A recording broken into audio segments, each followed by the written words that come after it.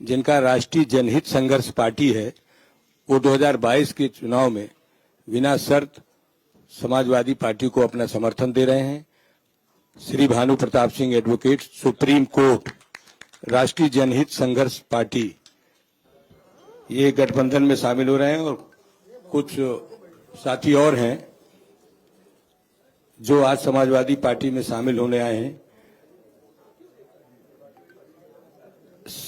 सामाजिक न्याय नीतियों से प्रभावित होकर भारतीय जनता पार्टी आरएसएस की विभाजनकारी, असंवैधानिक, अलोकतांत्रिक चरित्र वाली ताकतों को रोकने हेतु वीरांगना उदा देवी गौरव मंच के निम्न पदाधिकारी पार्टी में शामिल होने की अनुमति चाहते हैं। माननीय राष्ट्रीय अध्यक्ष श्री मनोज पासवान, संयोजक वीरांगना उदा देवी पासी गौरव मंच, पूर्व प्रतिनिधि सांसद मोहनलालगंज। बहुत बधाई। नाम लिखा दो आपने। श्री रवि दत्त रावत, पूर्व प्रदेश कार्य समिति, भारतीय जनता पार्टी अनुसूचित जात मोर्चा। श्री धर्मवीर पासवान, जिला पंचायत उपाध्यक्ष, भारतीय जनता पार्टी लखनऊ। श्री राजकुमार पासी, पूर्व प्रत्याशी, विधानसभा मोहनलालगंज। श्री राम सुमिरन, पूर्व जिला पंचायत सदस्य, बाराबंकी। ये सब भारतीय जनता पार्टी छोड़कर आज समाजवादी पार्टी में राष्ट्रीय अध्यक्ष जी पर आस्था व्यक्त करने आए हैं। इन सभी का मैं स्वागत करता हूं। राम हृदय राम, राम हृदय राम दर्जा प्राप्त, भारतीय जनता पार्टी के दर्जा प्राप्त मंत्री रहे हैं। राम हृदय राम जी भारतीय जनता पार्टी छोड़कर आज समाजवादी पार्टी में शामिल हो रहे हैं। आप सभी का हम स्वागत करते हैं और आदरणीय राष्ट्रीय अध्यक्ष से अनुरोध करते हैं पत्रकार भाइयों के समक्ष अपनी बात रखें। माननीय राष्ट्रीय अध्यक्ष जी। मैं सभी आप लोगों का धन्यवाद देता हूं कि लगातार हम लोग चुनाव आयोग के नियमों का पालन कर रहे हैं। प्रोटोकॉल के तहत जो हमें और आपको करना है वो लगातार हम लोग उस चीज को अपना रहे हैं। मैं सबसे पहले आज समाजवादी पार्टी में शामिल होने वाले श्री भानु प्रताप सिंह जी एडवोकेट, उनको बधाई देता हूं, धन्यवाद देता हूं। हमारे गठबंधन के साथ आए हैं, गठबंधन के साथ हमारे आए हैं। मैं उनका स्वागत करता हूं, बधाई देता हूं। साथ ही साथ वीरांगना उदा देवी पासी गौरव मंच के बड़ी संख्या में लोग आज समाजवादी पार्टी से जुड़ रहे हैं। इस लड़ाई को और आगे बढ़ाते हुए मजबूत बनाने का काम कर रहे हैं। इन सभी लोगों के सहयोग के लिए बहुत बहुत धन्यवाद और बधाई देता हूं। आज का दिन समाजवादी पार्टी ने तय किया था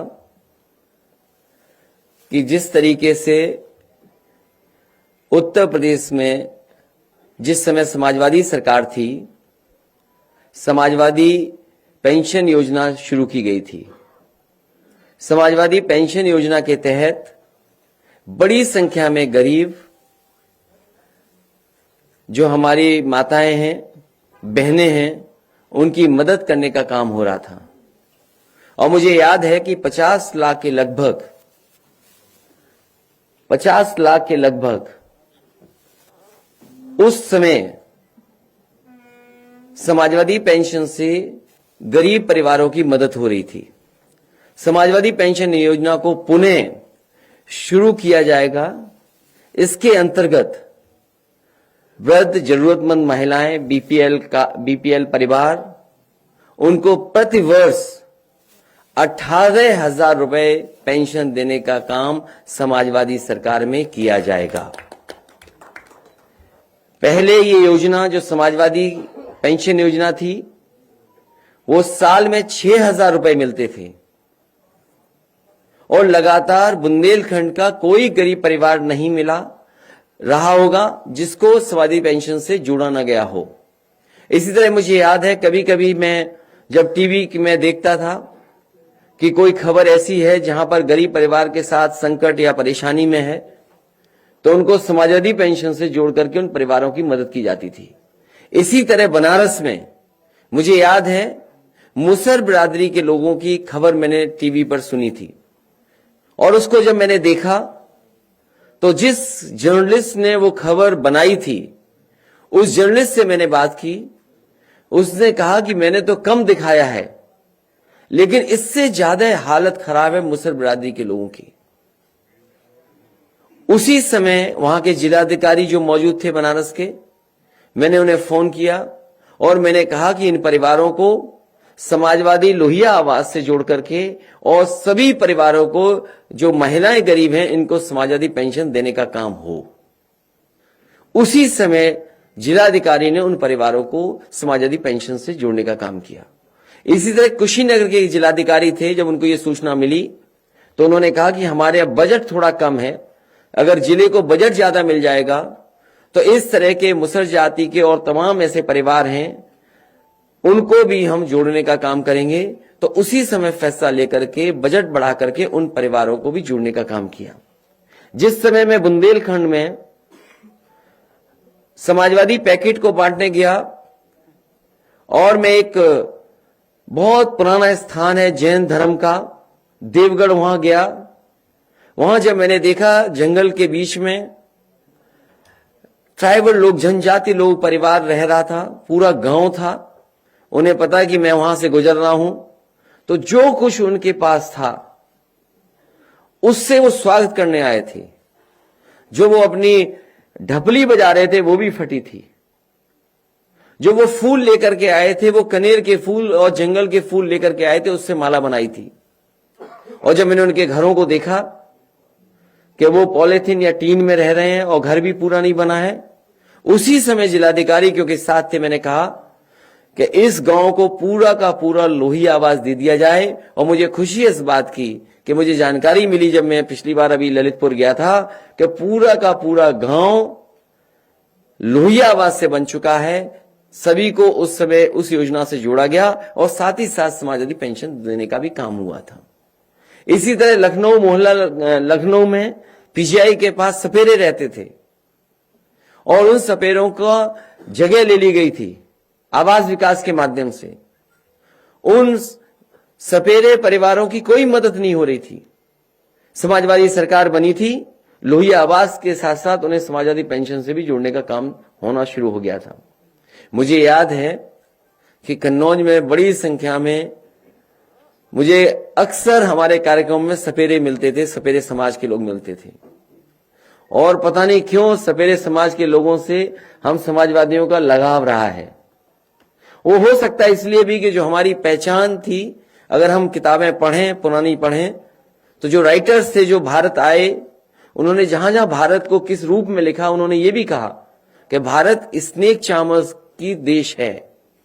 तो उसी समय फैसला लिया था कि एक्सप्रेसवे के किनारे एक स्नेक चार्मर्स विलेज बनाया जाएगा। उस समय जमीन चिन्हित हो गई थी, जमीन नहीं ले पाए थे, लेकिन समाजवादी पेंशन दे दी गई थी उन परिवारों को, लोहिया आवास भी दिया गया था। लेकिन पुणे जब सरकार बनेगी तो एक्सप्रेसवे के किनारे स्नेक चार्मर्स विलेज बनेगा। साथ ही साथ ऐसे परिवार जो ऐसे गरीब, जिनकी जातियों के नाम पे ही गरीबी दिखाई देती है, जात के आधार पे ही बहुत गरीब है, उन परिवारों को 100% समाजवादी पेंशन से जोड़ने का काम समाजवादी सरकार में होगा। एक बार फिर मैं प्रेस के लोगों का धन्यवाद देता हूं और दोबारा कहता हूं कि समाजवादी पेंशन योजना शुरू होगी। इस बार 6,000 साल नहीं मिलेगा, इस बार 18,000 रुपए साल मिलेगा। और मैं अपने ऑपरेटरों से कहूंगा कि अगर पुराना एड उन्हें मिल गया हो, क्योंकि प्रेस में उस एड से शुरू करना चाहता था, वो एड जरूर चलाएं और उसके बाद प्रेस। साल के 6,000 और महीने के 500, ये सिर्फ रुपए नहीं है। किसी मजबूर बेसहारा के घर में इन्हीं से रोटी की खुशबू है आई और कभी यही बन जाते हैं दवाई। समाजवादी पेंशन योजना में 500 रुपए की मासिक धनराशि के साथ परिवार सदस्यों और खासकर बच्चों और विकलांग सदस्यों को शिक्षा और स्वास्थ्य संबंधी लाभ दिए जाते हैं। समाजवादी पेंशन के पैसे जब पूरे के पूरे इनके हाथों में आते हैं तो इनकी कमजोरी में इनकी ताकत बन जाते हैं। कुछ लोग कहते हैं इतने रुपए में आजकल क्या होता है, ये तो उनसे पूछिए जिनके पास इतना भी नहीं होता है। नहीं है भाई, 400 रुपया घर है, हालत बिगड़ी है, जहाँ से बहुत मदद है। माना आज के हिसाब से ये कुछ कम है, लेकिन किसी ने इतना भी सोचा और कर भी दिखाया, ये क्या कम है? समाजवादी पेंशन योजना गरीब परिवारों में महिला मुखिया के नाम ई पेमेंट के माध्यम से सीधे उनके बैंक खाते में जारी की जाती है। बस ये सिलसिला हमेशा यूं ही चलता रहे, बढ़ता रहे, गरीब और बेसहारा का कोई सहारा बनता रहे।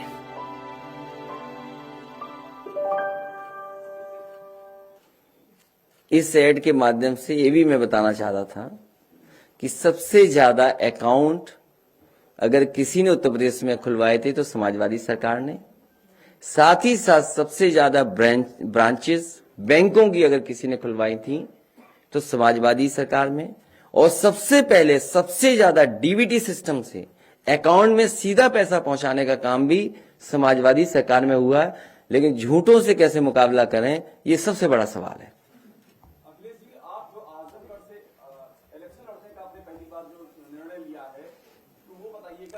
मैं आजमगढ़ की जनता से अनुमति लेकर के ही चुनाव लड़ूंगा, अगर चुनाव लड़ता हूं तो। नहीं, आजमगढ़ की जनता से अनुमति इसलिए लेनी पड़ेगी, वहां के लोगों ने मुझे जिताया है। और अगली दूसरा अहम सवाल है, अपर्णा यादव बीजेपी में शामिल हो गई हैं आपके परिवार की, और बाकायदा प्रेस कॉन्फ्रेंस में नाम दिया, किशोर मौर्य ने नेताजी का नाम दिया है बाकायदा। तो ये आपके परिवार में सेधमारी की बात, इस पर क्या कहना है आपका? सबसे पहले तो मैं बधाई दूंगा और शुभकामनाएं,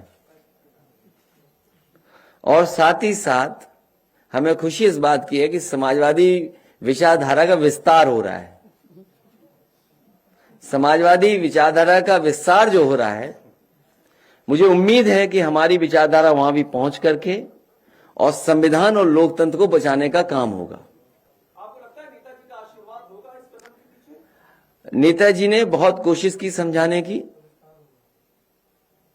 नेताजी ने बहुत कोशिश की समझाने की। इससे जुड़ा आखिरी सवाल, क्या टिकट आप नहीं दे रहे थे इसलिए ऐसा कदम उन्होंने उठाया? टिकट अभी पूरे नहीं बटे हैं, और टिकट किसको मिलना है किसको नहीं मिलेगा ये क्षेत्र और जनता पर निर्भर करता है, और हमारी इंटरनल सर्वे रिपोर्ट पे भी निर्भर करता है।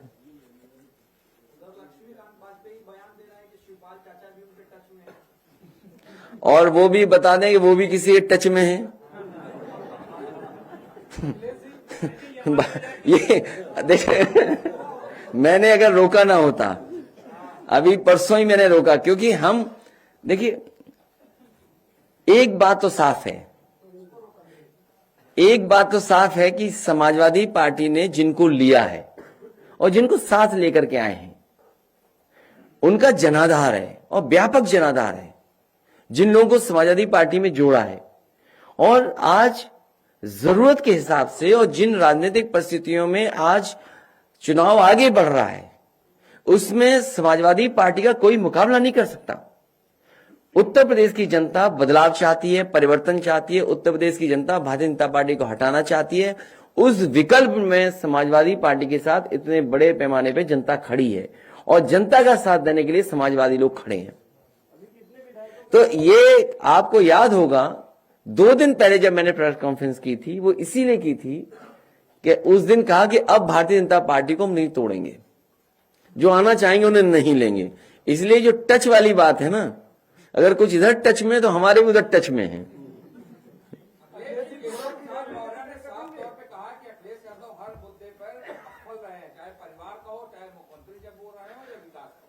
उनका एक प्रिय काम था जानवर की स्वस्थ रखना, एक जमाने में उनका बहुत प्रिय काम था ये। पूरे उत्तर प्रदेश के जानवर आज भूखे हैं, खासकर गाय मां। आप में से पत्रकार साथी किसी गांव चले जाइए आप, गाय मां भूखी हैं, और जो गाय मां को भूखा रखता है उससे पाप पड़ेगा। इस बार भारतीय जनता पार्टी पे गाय मां का पाप पड़ने जा रहा है। अखिलेश जी, गोरखपुर में कोई बड़ा नाम है, वो कब पार्टी में शामिल होगा? अभी टच वाली बात चल रही है। कौन किसके टच में है?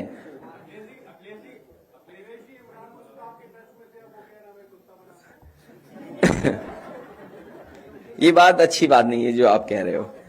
राजनीति में परिस्थितियों के हिसाब से नहीं, वो ठीक है, ठीक बात है जो आप कह रहे हो। मैं समझ गया बात को, मैं बात समझ गया, लेकिन यहां मत कहिए ये बात।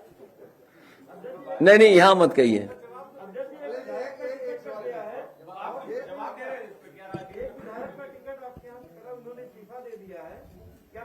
कौन विधायक? नहीं, वो तो अरे अगर आप शुरुआत देखें, अगर आप शुरुआती दौर देखें, भारतीय जनता पार्टी पहले से ही लेती रही। बुक्कल नवाब को ले लिया, बुक्कल नवाब को ले लिया, एक लखनऊ शहर के बिल्डर को नक्शे पे डरा करके ले लिया। क्या आप नहीं जानते इन बातों को? नहीं, पेमेंट के लिए, पेमेंट के लिए बच नहीं है, पेमेंट के लिए। वहां कहां बुक्कल नवाब जेल जा रहे थे बताइए? उसके बाद वो लड्डू खा रहे थे, सिमैया खिलवा रहे थे सबको। तो ये पता नहीं कि बुक्कल नवाब कब वापस आ जाए।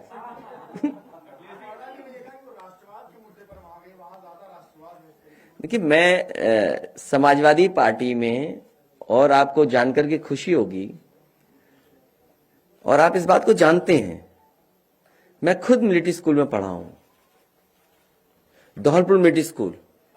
और कभी कंफ्यूज मत होना मिलिट्री स्कूल और सैनिक स्कूल में। जो मिलिट्री स्कूल हैं वो सेंट्रल गवर्नमेंट से चलते हैं, सैनिक स्कूल हैं वो स्टेट गवर्नमेंट चलाती है, जिसमें फंड सेंटर्स के भी मिलते हैं। मिलिट्री स्कूल में बचपन से लेकर के मैंने 7 साल गुजारे हैं। आज भी पूरे देश की सीमा उठा करके देख लीजिए, कहीं न कहीं मिलिट्री स्कूल का पढ़ा हुआ ऑफिसर वहां पर लगा खड़ा मिलेगा आपको।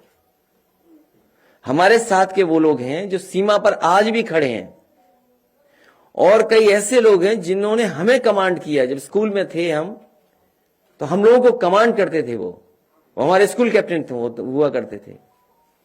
वो प्रेसिडेंट के एडीसी रहे हैं, और 2 बार रहे एडीसी प्रेसिडेंट के नारायणन जी जो थे उनके एडीसी 2 बार रहे वो। और दुर्भाग्य यह है कि जब राष्ट्रपति भवन से वो हटे, वो इतने अच्छे अधिकारी थे कि उन्होंने मुकाबला किया आतंकवादियों को, वो शहीद हुए। जब मैं मिलिट्री स्कूल गया तो उनकी याद में वहां चीजें रखी गई, और आज वहां पर उनके याद में प्रतिमा लगी है धौलपुर मिलिट्री स्कूल में। एक और हमारे सीनियर थे, जब मैं स्कूल में गया, जब मैं गया तो जो उस समय जो कैप्टन थे, स्कूल कैप्टन, वो सॉर्ड ऑफ ऑनर उन्होंने लीड किए आरडीसी की परेड। आज दुनिया के अमेरिका में बहुत बड़ी कंपनी में काम कर रहे हैं। वो हमारे क्षेत्र के थे, कन्नौज के रहने वाले थे, एडीसी टू प्रेसिडेंट रहे।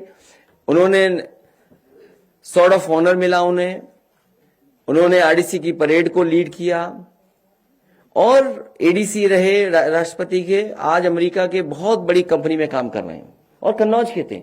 मैं तमाम एग्जांपल बता सकता हूं। समाजवादियों को और मुझे सर्टिफिकेट नहीं देना है भारतीय जनता पार्टी को। भारतीय जनता पार्टी की टॉप लीडरशिप बताए, उनके साथ का पढ़ा हुआ एक ऑफिसर हो आर्मी में तो बता दे हमें। भारतीय जनता पार्टी की टॉप लीडरशिप में, फिर मैं दोहराता हूं, एक भी उनका क्लासमेट अगर आर्मी में रहा हो तो बता दे हमें, ऑफिसर रहा हो तो बता दो। अब मैं आप पे छोड़ता हूं कि आप तय करो कि राष्ट्रवाद का रूप क्या हो। जिस सरकार ने एक्सप्रेसवे बनाया हो, एक्सप्रेसवे बना करके एयरफोर्स के साथ टाई अप किया हो, और उस टाई अप के तहत आपके मिराज, सुकोई हवाई जहाज उतरे हों एक्सप्रेसवे पे। बताओ, उत्तर प्रदेश के आप पत्रकार हो, सबसे पहले डिजाइन्ड अगर हाईवे किसी ने किया जिसमें मिराज और सुकोई उतरे हों और हरकुलस उतरे हों, तो वो समाजवादी सरकार के थे। और समाजवादी सरकार ने अगर समाजवादी पूर्वांचल एक्सप्रेसवे सिरे न डिजाइन किया होता, तो प्रधानमंत्री भी हवाई जहाज से उतर नहीं सकते थे उस एक्सप्रेसवे पर। समाजवादियों की देन है कि कम से कम उनका विजन ये था, क्लियर विजन था कि जो एक्सप्रेसवे बनेगा उसमें ऐसा रनवे हो जिसमें फाइटर उतर सकें, एयरफोर्स को जरूरत पड़े तो उतर सकें। और उसका परिणाम यह हुआ कि देश के प्रधानमंत्री जब उतरे, वो समाजवादियों की डिजाइन्ड एक्सप्रेसवे था, क्योंकि वो हमारे बाबा योगी का डिजाइन नहीं था। इसलिए प्रधानमंत्री को पता था कि जो उनके साथ है उसने डिजाइन नहीं की है, ये काम चोरी वाले मुख्यमंत्री हैं, इसीलिए उन्हें सजा देने के लिए पैदल पैदल चलाया था।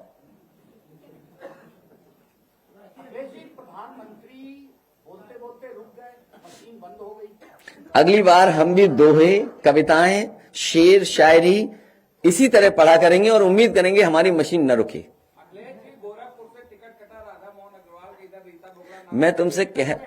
मैं आपसे कह रहा हूं, अगर आपके टच में हो तो चुपचाप आप मुझसे मिल लेना।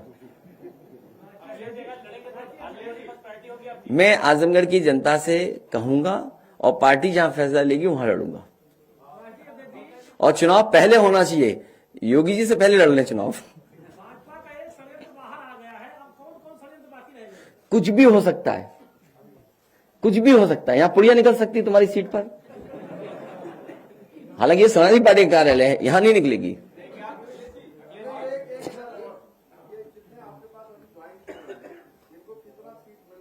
नहीं, ये सीट वाले लोग नहीं है, ये मुद्दों के आधार पर समाजवादी पार्टी के आंदोलन को आगे बढ़ा रहे हैं और समाजवादी पार्टी की लड़ाई को मजबूत कर रहे हैं। क्योंकि वो किसान आंदोलन में रहे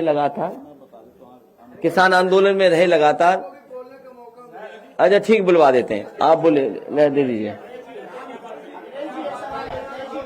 एक बार उन्हें बोलने दो ना, तब तो और मन बना लो।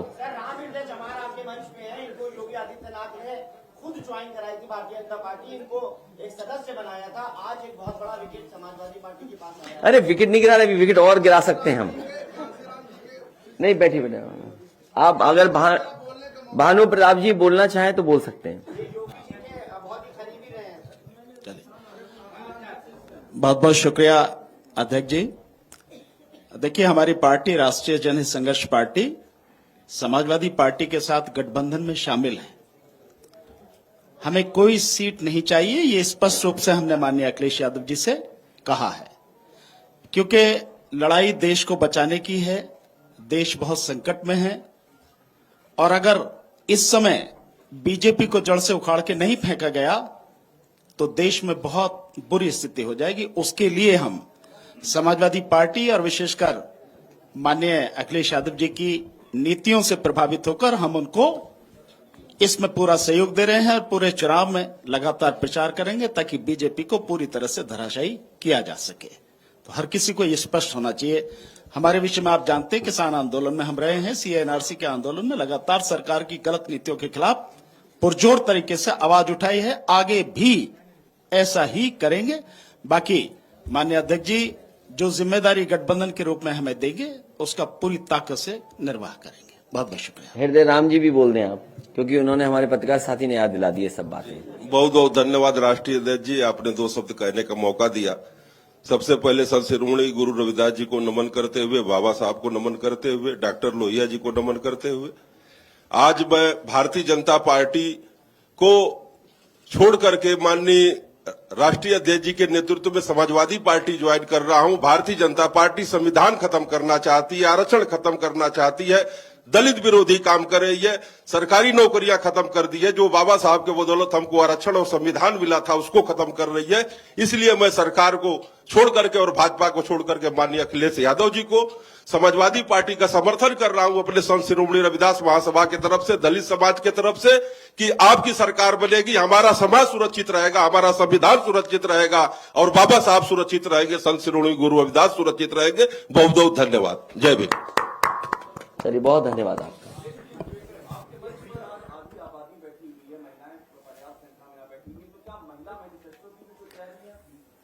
ये योजना 100% महिलाओं के लिए है, माताओं के लिए है। आने वाले समय में जब मैनिफेस्टो आएगा तो आप देखेंगे समाजवादी पार्टी के मैनिफेस्टो में बहुत सारी योजनाएं ऐसी होंगी जो सीधी सीधी महिलाओं से, माताओं से, बहनों से और बेटियों से जुड़ी हुई योजना होंगी। तो बेटी, बहन और मां के लिए योजनाएं लेकर के समाजवादी पार्टी आएगी मैनिफेस्टो के तहत। और बहुत सारे आप में से लोग जानते होंगे कि सबसे अच्छी स्कीम 1090 अगर किसी ने शुरू की थी तो वो समाजवादी सरकार में शुरू हुई थी।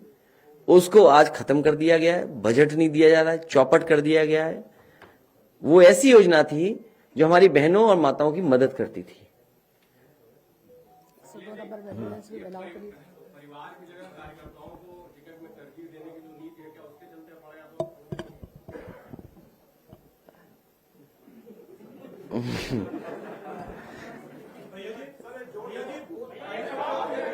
अरे भाई,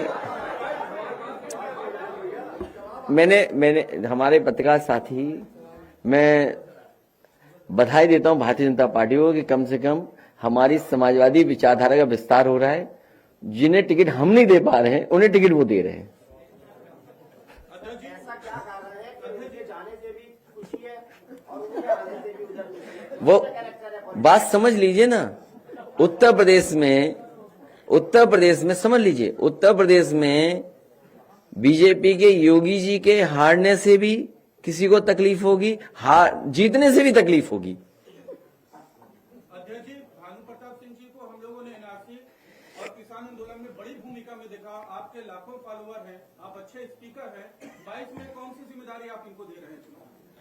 22 में वर्चुअल रैली पहले और जगह जगह किसानों के सवाल पर, और जिस तरीके से अन्याय उत्पीड़न हुआ है, हम सब लोग मिलकर के बीजेपी को हराएंगे और हटाएंगे।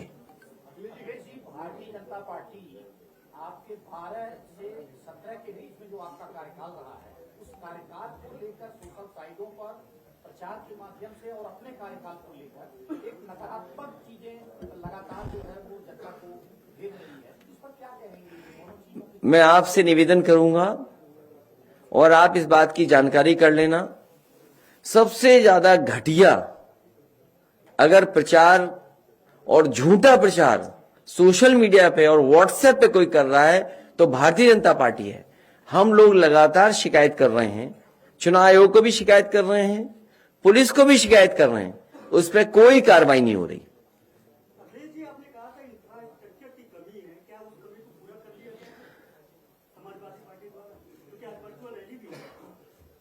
समाजवादी पार्टी अपने लिए नहीं कह रही थी, कई छोटे और क्षेत्रीय दल हैं जिनके पास इसकी तैयारी नहीं थी, और भारतीय जनता पार्टी, हम तो सवाल ये पूछें कि भारतीय जनता पार्टी को कैसे पता था कि तैयारी पहले ही कर ली उन्होंने। हर मिनिस्टर के यहां, हर उनके जिले में, हर पदाधिकारी के यहां पहले से ही स्टूडियो कैसे बन गए, डिजिटली सब अधिकारी कंपनियां कैसे आ गईं। सवाल यह है कि चुनाव आयोग को यह सोचना चाहिए कि भारतीय जनता पार्टी को कैसे पता है कि आने वाले समय में कई हफ्तों इसी तरीके से डिजिटल प्लेटफॉर्म से प्रचार होगा। उन्होंने अपना कैसे वाईफाई लेनी है, कैसे इंटरनेट कनेक्शन लेना है, कितने उनको मशीन्स चाहिए, क्या क्या इक्विपमेंट चाहिए, कैसा रूम होना चाहिए, कैसे टेलीप्रॉम्प्टर होना चाहिए, बंद ना हो, ऐसा हो। तो ये तैयारी अच्छी कंपनी की हो, प्रोजेक्टर हो, ये तैयारी पहले से कैसे उन्हें पता थी? दूसरे दलों को तो तब पता लगा जब चुनाव आयोग ने तय किया। इस भारतीय जनता पार्टी को कैसे पता था कि इनके मंत्रियों के यहां, इनके संगठन के लोगों के यहां, इनके प्रचार करने वाले लोगों के यहां पहले से ही चीजों का बनना? इसका मतलब यह था कि सरकार को पता था, भारतीय जनता पार्टी को पता था कि आने वाले समय में चुनाव इसी तरह होने जा रहा है। हम समाजवादी पार्टी के लिए नहीं कह रहे हैं। आप मुझे बताइए पत्रकार साथी, जिससे कनेक्ट करना हो यूपी में कहीं भी इंटरनेशनली, इस कमरे में बैठ करके हम और आप कनेक्ट हो सकते हैं। तो हम तो इक्विप्ड पहले से हैं इस चीज के लिए। लेकिन जो और क्षेत्रीय दल है, सहयोगी दल हैं, वो कैसे इक्विप्ड होंगे? उनकी तो प्रेस कॉन्फ्रेंस भी नहीं होगी। अगर मान लीजिए कोई क्षेत्रीय दल है, अगर प्रेस कॉन्फ्रेंस करना जाए तो उसको स्पेस ही नहीं मिलेगा। अखबार में तो भूल जाइए स्पेस, टीवी पे तो कहीं 1 सेकंड भी नहीं दिखाई देगा। तो ये जो भेदभाव हो रहा है लोकतंत्र में, अगर भेदभाव हो रहा है तो उसके लिए चुनाव आयोग देखे, इसलिए मैंने इस बात को कहा था। ये सोचने की बात है। समाजवादी पार्टी लगातार शिकायत कर रही है और कई प्रदेशों में हम लोगों ने देखा कि अगर केंद्र सरकार और प्रदेश सरकारें अलग अलग हैं और अगर शिकायत की गई तो सब अधिकारी हटा दिए गए। क्या बंगाल का चुनाव नहीं देखा हम लोगों ने? किसी भी अधिकारी की शिकायत हुई नहीं हुई, उसको हटा दिया गया। लेकिन उत्तर प्रदेश में कौन नहीं जानता? बताइए, जो भारतीय जनता पार्टी से मिले रहे अधिकारी रहे, वो अब चुनाव लड़ने जा रहे हैं। बहुत सारे अधिकारी जो भारतीय जनता पार्टी के कार्यकर्ता बन के काम किए, जिन्होंने बहनों की, बेटियों के कपड़े फाड़े, छीनी साड़ियां, जाने कितना अन्याय हुआ।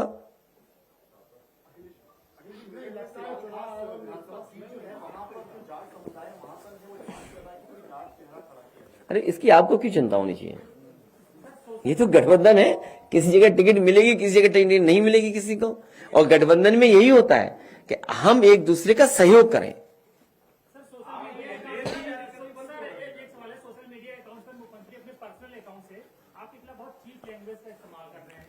तो चीप है तो चीप करेंगे, जो चीप है वो चीप करेगा। अगर कीचड़ फेंकोगे तो हाथ तो चले ही जाएंगे ना कहीं। अखिलेश जी, टिकट जो है आप घोषित नहीं कर रहे हैं, सीधे प्रत्याशियों को दे रहे हैं, क्या कोई रणनीति है या भीतरघात का कुछ?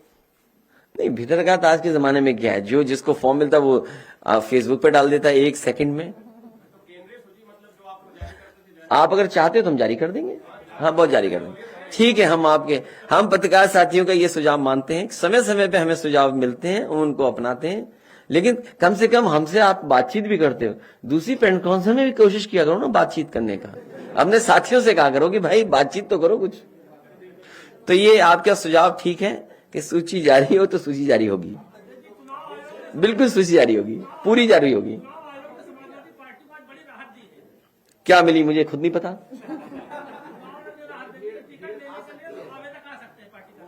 मैं उनका धन्यवाद देता हूं क्योंकि वो लगातार रैलियां कर रहे थे, उनकी चोरी न पकड़ी जाए, उनकी शिकायत न की जाए। इस लालच में समाजवादी पार्टी नहीं फंसने वाली।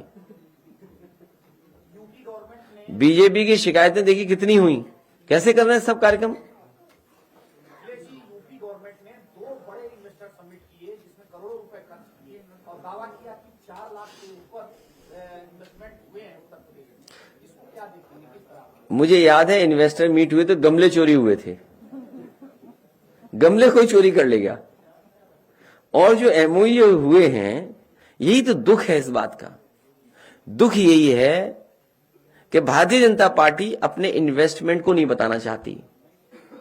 1 डिस्ट्रिक्ट 1 प्रोडक्ट के तहत किस जिले में और किस प्रोडक्ट के लिए कितना बजट दिया, ये नहीं बताना चाहती। जब एमओयू हुए सोलर एनर्जी के, तो उसमें आपने बजट कितना रखा, ये नहीं बताया।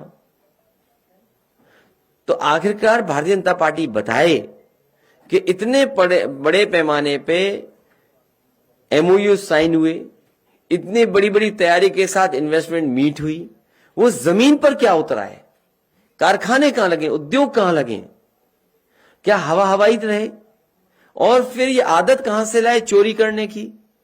जो इनके विकास के विज्ञापन थे वो सब चोरी की तस्वीरें, कारखाना अमेरिका का, फ्लाईओवर बंगाल का, आपका एयरपोर्ट चीन का। इनसे ज्यादा झूठ बोलने वाली पार्टी कोई नहीं है, ये झूठ के फूल हैं।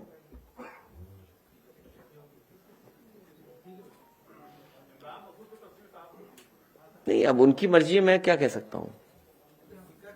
अब चुनाव शुरू हो गया, अब चुनाव शुरू हो गया।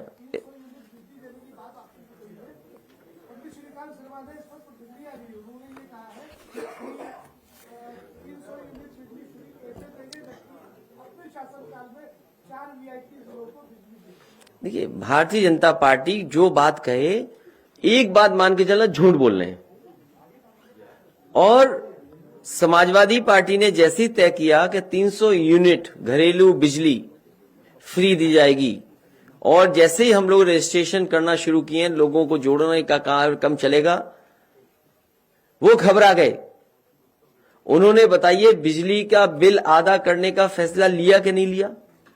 तो ये बताए भारतीय जनता पार्टी कि 4.5 साल आपने जनता से डबल बिल क्यों लिया, महंगा बिल क्यों लिया।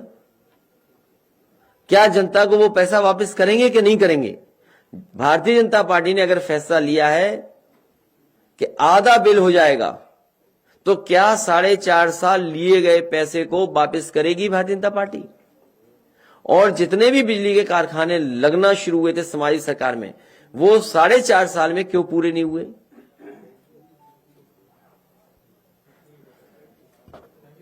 मैं बहुत बहुत प्रेस के लोगों का धन्यवाद देना चाहता हूं। अरे क्या दे रहे हैं पत्र। आइए भानु प्रताप जी, आइए।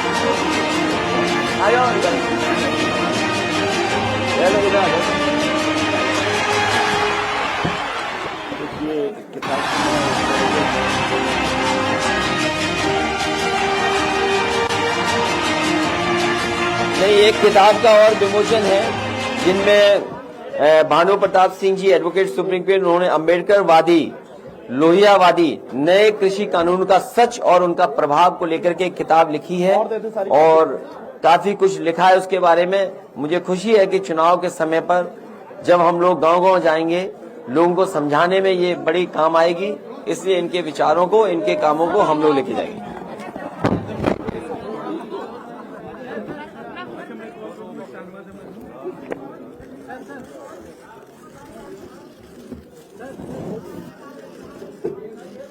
भैया